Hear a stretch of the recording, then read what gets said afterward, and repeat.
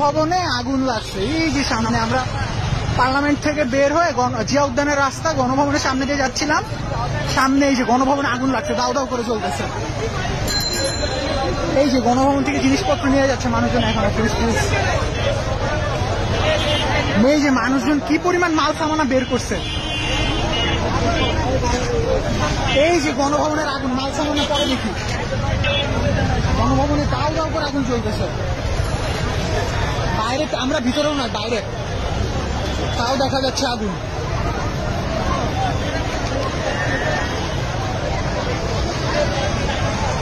এটা হচ্ছে গণভবনের গেট। আর প্রান্ত ভাই, প্রান্ত ভাই, ওই যে পিছে আসো আসো এদিকে আসো। আগুন আগুন, গণভবনে আগুন।